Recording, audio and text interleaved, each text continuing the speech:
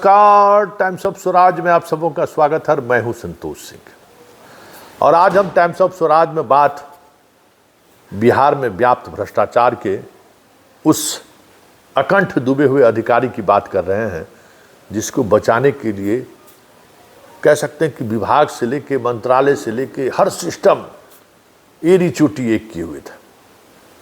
चाहे वो न्यायपालिका हो, चाहे वो मीडिया हो, चाहे शिक्षा विभाग हो, शिक्षा मंत्री हो या पूर्व शिक्षा मंत्री हो, ऐसा लग रहा था कि जैसे हर कोई उसके साथ खड़ा हो। तब तो इतनी मोहलत उसको मिला। हम बात रजनीकांत की कर रहे हैं, बेतिया के पूर्व जिला शिक्षा पदाधिकारी की। उनके भ्रष्टाचार से जुड़ी हुई खबरें उस दौर में 2-3 दिन चली, उसके बाद फिर कहाँ गुम हो गया सबको पता है। खबर किस स्तर पर मैनेज हुआ ये भी पता है।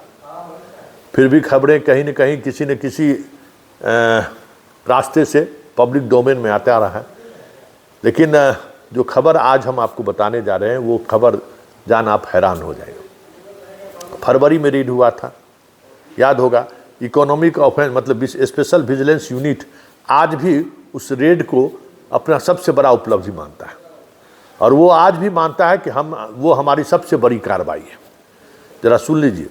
स्पेशल विजिलेंस यूनिट के जो एडीजी हैं पंकज दरार साहब, अभी हाल ही में 1 सप्ताह पहले अपने उस कार्रवाई की बखान कर रहे थे कि किस तरीके से हमने इतने बड़े स्तर पर भ्रष्ट पदाधिकारियों को हमने गिरफ्तार किया। हमने गिरफ्तार नहीं है, मतलब हमने रेड में इस तरीके से अवैध संपत्ति बरामद हमने की है।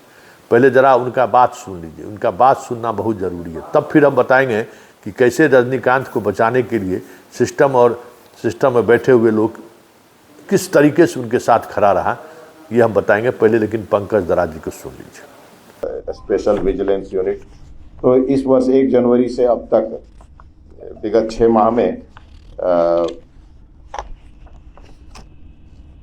डिस्प्रोपोर्शनेट एसेट के मामले कुछ भ्रष्टाचारी अधिकारियों पर दर्ज किया गया है। अब तक जो डिस्प्रोपोर्शनेट एसेट के केसेस हैं वो 16 मामले जो हैं वो दर्ज हुए हैं,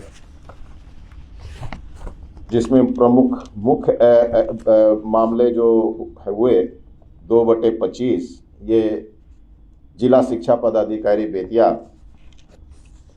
रंजीत कांत प्रवीण, उनके विरुद्ध छापामारी किया गया था। उनके घर और उनके अन्य परिसरों का इनके पास से 3 करोड़ 55 लाख रुपया नगद बरामद हुआ था और 2 करोड़ 45 लाख के ज़मीन के विभिन्न प्रकार के कागजात थे, बहुत सारे स्कूल वगैरह थे। सुन लिए पंकज दरार जी का, सबसे बड़ी उपलब्धि उनकी है, सबसे बड़ा कैच उनका है, उनके डिपार्टमेंट का। लेकिन इनको इकोनॉमिक ऑफेंस के सहारे जो स्पेशल विजिलेंस यूनिट में जो केस आया, लगातार इनको नोटिस दिया जाता रहा कि आप हमारे सामने में हाजिर हुए, हमारे सामने में हाजिर हुए। ये हाजिर नहीं हुए। विभाग इनको सस्पेंड करके पूर्णिया भेज दिया। पूर्णिया भी ये कभी ड्यूटी ज्वाइन नहीं की, वहाँ से फरार रहे। विभाग सोई रही। जब आपका अधिकारी फरार है, पुलिस उसको सूचना दे रहा है, बुला रहा है और नहीं आ रहा है, और आप निलंबन करके मुक्त हो गए कि बर्खास्तगी की प्रक्रिया शुरू होनी चाहिए कि जो कानून से भाग रहा है। आम आदमी वो थोड़ी है, वो तो आपको खास आदमी है, सरकार का आदमी है। लेकिन नहीं हुआ। उसके बाद उनके खिलाफ गिरफ्तारी का वारंट स्पेशल विजिलेंस यूनिट ने निकाला। मतलब समझिए कि 3 फरवरी में रेड होता है, मार्च, अप्रैल, मई, जून, जुलाई, मतलब 4 महीने तक, मार्च, अप्रैल, मई, जून, जुलाई, 5 महीने तक जब वारंट का तामिला नहीं हुआ और वारंट पर ये हाजिर नहीं हुए और विभाग ने भी कार्रवाई करने से बचती रही, तब तक मौका इनको दिया जाता रहा और ये हाई कोर्ट अपना दौड़ते रहे। अंततः 1 अगस्त को इनके खिलाफ कुर्की जब्ती का वारंट ली स्पेशल विजिलेंस यूनिट ने। 1 अगस्त, तारीख नोट कीजिए, 1 अगस्त। कुर्की जब्ती का वारंट लेने के बाद 72 घंटे में उस आदेश का लोग तामिला मतलब उस आदेश का अनुपालन कर देते हैं लोग, ताकि मतलब केस को हम आगे बढ़ा सके। 14 तारीख तक इंतजार करते रहे ताकि हाई कोर्ट से इनको कुछ रिलीफ मिल जाए, और जब हाई कोर्ट से कुछ रिलीफ नहीं मिला इनको, तो कल जो है सो ये 1:30 शाम पटना के निगरानी स्पेशल विजिलेंस कोर्ट में, ये सिलेंडर बोलते हैं, चले गए बेऊर जेल। अब आप समझ लीजिए कि जिस भ्रष्टाचारी के खिलाफ, जिसके बारे में खुद विभाग बोल रहा है कि कितना बड़ा भ्रष्टाचारी है, वो खुद बोल रहा है, पंकज दरार खुद बोल रहे हैं, लेकिन कार्रवाई करने में कितने फिसड्डी साबित हो रहे हैं ये आप देख रहे होंगे। तो ये सारी बातें उन बातों की तरफ संकेत करता है कि भ्रष्टाचारी कितना भी बड़ा क्यों ना हो, सिस्टम और सरकार और सारा सिस्टम लगता है ऐसे कि भ्रष्टाचारी के खिलाफ ही खड़ा हो। अगर भ्रष्टाचारी के खिलाफ खड़ा नहीं हो तो अभी तक उन पर बहुत बड़ी बड़ी कार्रवाई हो जानी चाहिए। अभी तक सिर्फ सस्पेंशन नहीं, अभी तक बर्खास्ती की प्रक्रिया शुरू होनी चाहिए, जबकि इनके निलंबन के बाद जो निलंबन की अवधि में आधा वेतन उनको मिल ही रहा है, जबकि वो ड्यूटी से पूर्णिया पोस्टिंग पर कभी नहीं रहे, भागे रहे वहाँ से, गिरफ्तारी का वारंट जारी था, लेकिन प्रोसीडिंग की प्रोसेस कंक्लूड नहीं किया गया, जारी भी नहीं हुआ, वहाँ भी वो उपस्थित नहीं हो रहे थे। तो आप समझ जाइए कि एक सरकारी पदाधिकारी जिसके यहाँ से इतनी बड़ी राशि बरामद होती है, और वो व्यक्ति अगर इस तरीके से इन तरह की चीज़ों को देखता है, तो आप इसको क्या कहेंगे? क्या कहेंगे इस भ्रष्टाचार के खिलाफ जो नीतीश कुमार का जो जीरो टॉलरेंस का जो अक्सर बयान आता रहता है, उस बयान का मायने क्या है? जब सरकार के स्तर पर अधिकारी जो भ्रष्टाचार के में अकंठ डूबे हैं, ऐसे विभाग खुद कह रही है, मतलब स्पेशल विजिलेंस यूनिट, और फिर भी उस पर कार्रवाई नहीं हो रही है।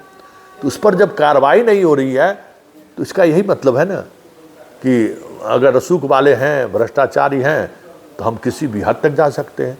हाँ, हमारे लिए कोर्ट से लेके कचहरी से लेके सब इंतज़ार करेगा, मौका देगा कि कुछ हो जाए। तो ऐसे सिस्टम से आप क्या उम्मीद करते हैं कि इनके खिलाफ कोई गवाही या कोई सबूत उतनी ईमानदारी से जुटा पाएगी विभाग, ताकि इस पर चार्ज फ्रेम हो सके और सजा हो जाए? किसी भ्रष्टाचार में लिप्त अधिकारियों को आज तक सजा मिली है क्या? एगो पुलिस डिपार्टमेंट ही है जहां तुरंत बर्खास्त कर देता है, आप पैसा लेते हुए पकड़ाए बर्खास्त। लेकिन कभी सिविल पदाधिकारियों के खिलाफ कार्रवाई होते देखे हैं क्या? और देखिएगा अभी जितना भ्रष्टाचार के मामले में शिक्षा विभाग के अधिकारी सस्पेंड हुए हैं, सारे लोग का सस्पेंशन मुक्त करके कई लोगों के तो फील्ड में पोस्टिंग कर दिया गया है, जहाँ से आए वह उसी आसपास में उसी पद पर भेज दिया गया। तो जब इस स्तर पर भ्रष्टाचारियों को संरक्षण मिलेगा और ये और दम्भ के साथ मिलेगा, तो क्या होगा? तो बताइए, जनता लुटती रहेगी इसी तरीके से। ये जो शिक्षा विभाग के अधिकारी महोदय के पास जो करोड़ों रुपया बरामद हुआ, वो किसके राशि होगी? हमारे ही आपकी राशि होगी ना, जो डेवलपमेंट के नाम पर जो है सो जिला को मिला होगा, या फिर गलत शिक्षक बहाली के मामले में पैसा की उगाही हुआ होगा, वो होगा। यही 2-3 चीज़ें होंगी ना, तो उससे किसका नुकसान है? सीधे सीधे जनता का नुकसान है। तो हम जब सिस्टम इस नुकसान को नज़रअंदाज कर रहा है, तो फिर भ्रष्टाचार का जीरो टॉलरेंस का मतलब क्या है?